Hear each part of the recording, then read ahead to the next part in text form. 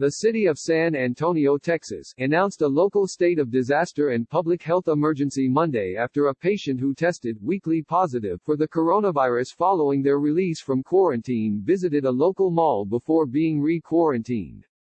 Mayor Ron Nirenberg signed a proclamation barring a group of evacuees from China, including the person who left quarantine, from traveling in or through the city.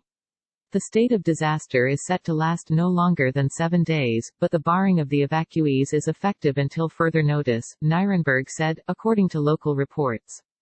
The evacuee in question was out and about for just over 12 hours, Anita Curion, assistant director of the Metropolitan Health District, told My San Antonio, saying they checked into a Holiday Inn near the airport, taking a shuttle to the North Star Mall, where they spent much of their time eating at the food court.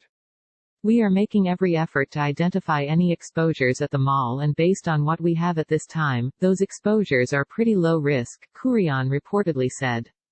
The Metropolitan Health District has thus far identified 18 people at the Texas Center for Infectious Disease for potential exposure, as well as 3 people at the hotel, all of whom are considered low risk except for 2 health workers who are medium risk.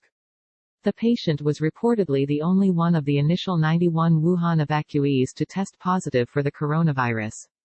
At the time of discharge from the facility, the patient was asymptomatic and met all of CDC's criteria for release, resolution of any symptoms and 2 consecutive sets of negative test results, collected more than 24 hours apart, officials for the Centers for Disease Control and Prevention (CDC) said Sunday, My San Antonio reported. Following the patient's release, results of a subsequent sample were received and determined to be weakly positive. Out of an abundance of caution, CDC decided to bring the individual back into isolation at a local medical facility, the CDC added.